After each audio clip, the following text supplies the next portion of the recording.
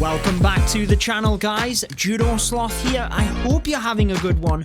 Today we have some exclusive footage of the new hero skin, which is for the Barbarian King. After we've very briefly shown you this, I will be giving you my tips throughout the video for how to complete the season pass as quickly as possible. Maybe like me, you've left it way too late on one of your accounts. You need to complete the season points. You need to top up your season bank. I will be giving you my tips, but let's go ahead and showcase the new hero skin first. It is the Clockwork King. So we're sticking with the Clockwork theme. I've got to be honest, I was a little bit on the fence with regards to the Clockwork Warden. I'm a party warden kind of guy. I'm sure you know what I mean. I was the party warden when it was released. Good times. But anyways, guys, the Clockwork King, he's pretty cool. He's got that 8-bit clunky style going on. He's even got the red paint across the wooden barrel. That was very similar to what we seen in the showcase of the Clan War Leagues, but my favorite is still very much the P.E.K.K.A. King. Nothing has came close to it in my opinion, but let me know what you think. What is your favorite hero skin? It doesn't have to be for the Barbarian King. Let us know down in the comments. And are you going to be purchasing this? What do you think? There he is. Let's zoom in so you can see the full gameplay. He's pretty cool, in my opinion. I will always get the limited edition skins. I know that you can start to purchase them for gems, or some of them, but I will always get them. Plus the season pass is just such good value. If you are going to be purchasing it, you can help to support me, which is very much appreciated, by using code JUDO in game. That is in your settings, more settings, and right at the bottom you can enter code JUDO. So any money you spend, a small percentage Supercell shares with the creator that you have inputted at no extra cost to you. So it really does help to support the channel, guys. Obviously it's a lot of time and a lot of money putting these sorts of videos together for you, so it really does help out the channel a lot, and thank you so much. Let me know down in the comments, because I would like to personally thank you if you do use code JUDO. But let's go ahead and let's showcase my tips for completing the season pass as quickly as possible. Let's have a look at this, guys. We completed a challenge. Boom! Nice. That's what I'm talking about. That's completing multiple challenges. Look at that.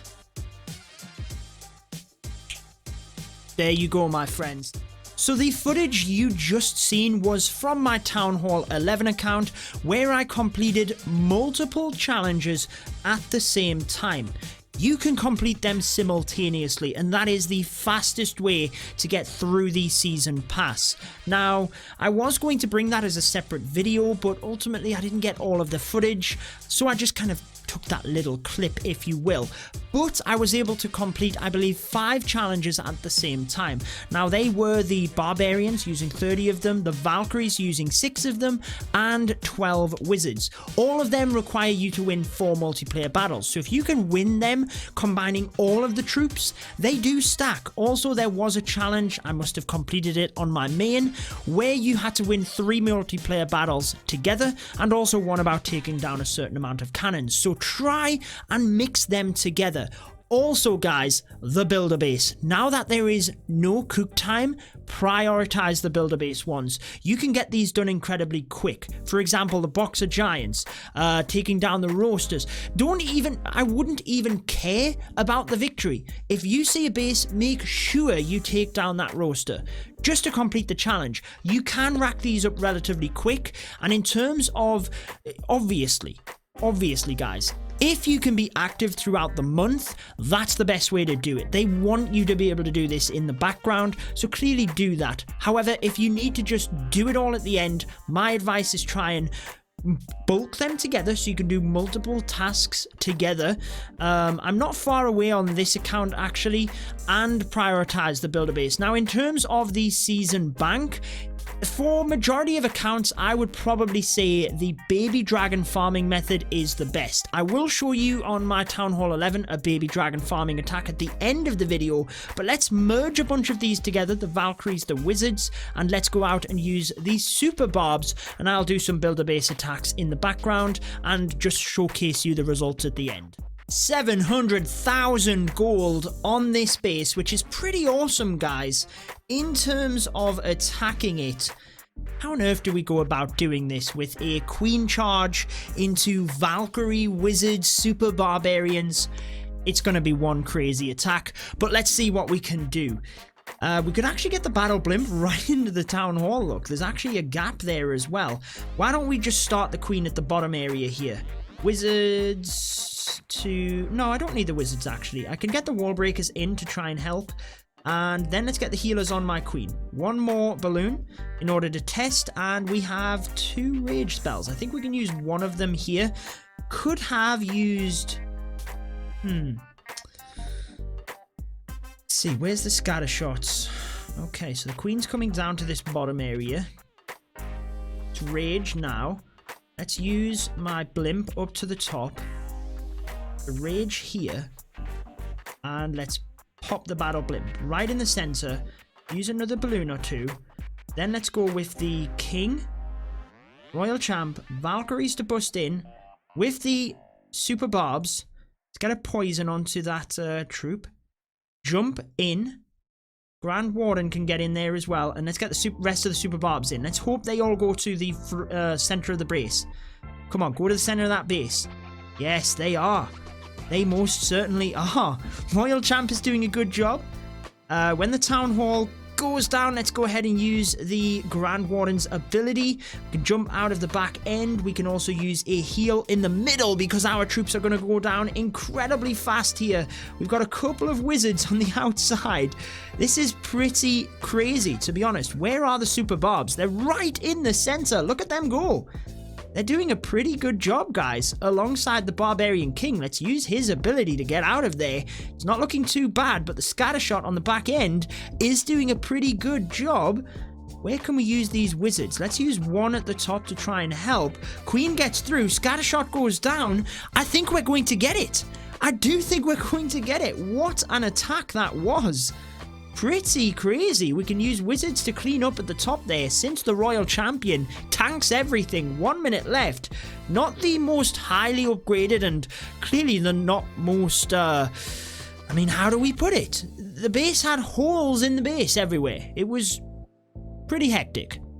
But a 3-star, like I said in some of our previous videos, is a 3-star. If you do want to see when we use the Yeti bats to great success on this account, I will link that at the end of this one. But there you are, my friends. You see, we completed one of the challenges and we are now on our way to completing with the Valkyrie, the wizard. That would give us 200 points, so we would be certainly a lot closer. Then if we completed with the Boxer Giants, that would be it. All of the other challenges could be left, but look, we're going to get this one as well with the Dark Elixir Pumps pretty soon. So, I mean, it's easy, isn't it? You don't need to complete all of the challenges. We will get this one done. I'll continue to do a few more attacks in the background on this account, but let's show you that baby dragon farming attack so that you guys know how I would recommend across the majority of accounts. You can change things, but how I would recommend getting your season bank loot up very, very quick. This is a primary base for farming. With farming, it's all about getting the loot as quickly as possible so that you can then get back out there to find another base. You can use Barch, which is barbarians and archers, goblins, this baby dragon technique. You can pretty much do anything, guys, if you're farming across the course of the month. But if you want to do it quick, this is a really good strategy because the baby dragons can tank for themselves. They can really get into the base a little bit if there are some defenses, and you just want to spread the baby dragons around the base. Now, notice the elixir collectors gold mines on this one. For example, look at this gold mine. It has this little bit of gold next to it, but if you look in the storages, there's nothing there.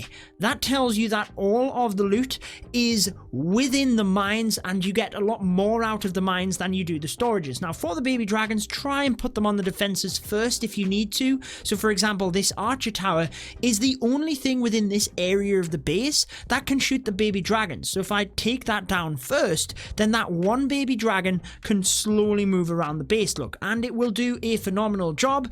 There it goes, straight down to the gold mine, and just look at how quickly it goes down. Relatively easy, right? You want to try and make sure your baby dragons do not get in range of each other if possible, so that the enraged bonus is maintained. So let's look around the base. Let's try and do this as strategically as possible. You want to be somewhat quick as you do it, but also you want to be strategic in terms of putting your dragons in. If you're using this strategy, if you're using Barch, for example, you might just throw them straight in. So let's get one baby dragon to the elixir collector. That one's about to go down, so it was really fine to place that. I'll put one at the top here, just because there's nothing really going to shoot it. It will get the baby dragon going up, then down to the gold mine. We've still got plenty of time. We could use my queen and grand warden to this area, so let's use one baby drag. This one elixir collector is probably worth seeing if we can sneak it. The archer queen's already down, so we should get that. And don't forget about your archer queen, guys. Your queen and your warden can be used to take these down as well. Let's use one baby dragon here, see what we get down to that area. I don't want to use too many more, but we should be okay at this point. So let's go with the queen, the warden, a couple of baby dragons, and the grand warden's ability. That will push us through this bottom area relatively quickly. Then we've got the queen's ability as well that we can pop in order to get them bottom defenses. Archer towers tanked. Wanted to get one baby dragon to that gold mine, but it didn't happen for us. There's 100,000 gold in there, so it's probably worth trying to get a baby dragon onto it. The queen is relatively safe at this point. We've got 30 seconds left. You've always got to think of what the exchange is, guys. So the exchange of a baby dragon is certainly worth a gold mine. We might struggle to get it here. Still got the queen's ability. Now it should directly target. There we go. 70%. We will just about sneak it. There is an air defense there, but we'll get it. Let's press the queen's ability to maintain her health. And there you go. We can get out of there. Nearly 600,000 gold, 600,000 elixir. So that's pretty good. Make sure in the background, do as I say, not as I do. All you need to do is go to quick train and just train the army that you just cooked up. The reason I like the baby dragons as well is you can just cook right the way up. You don't need to try and get a balance between barbarians and archers. Sometimes I farm with that strategy, sometimes I don't. But if you have all of the baby dragons from your main army and your next one cooked up, whatever you use, you just go into quick train and press train, and it tops you right up all of the time. And that's the strategy that I use for farming. In the previous couple of days, I've actually managed to get nearly, well, in the previous day, and this is with very casual farming, nearly 10 million gold and 10 million elixir. So in the course of the next 2 days, I will definitely be able to get the season bank topped right of the way up. A few more rewards getting collected there. Again, I might do this in a video tomorrow. I don't want to focus this one on the upgrades too much. But remember, the season bank is what gold you collect. So I've got to be careful here. And I've got to make sure that I do upgrade things. So let's have a scroll down. The town hall is 7 million. That is the next most expensive thing.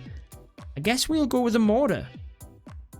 So let's get them upgrading. Normally I would use the builder to upgrade some walls, but what I'm going to do is use the builder potion. That will push these upgrades on a little bit, because I do need to ensure, let's get a couple of them actually.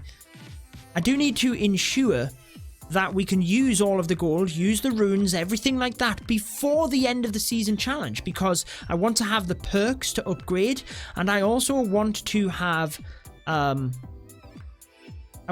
room to get the next runes. That obviously makes sense.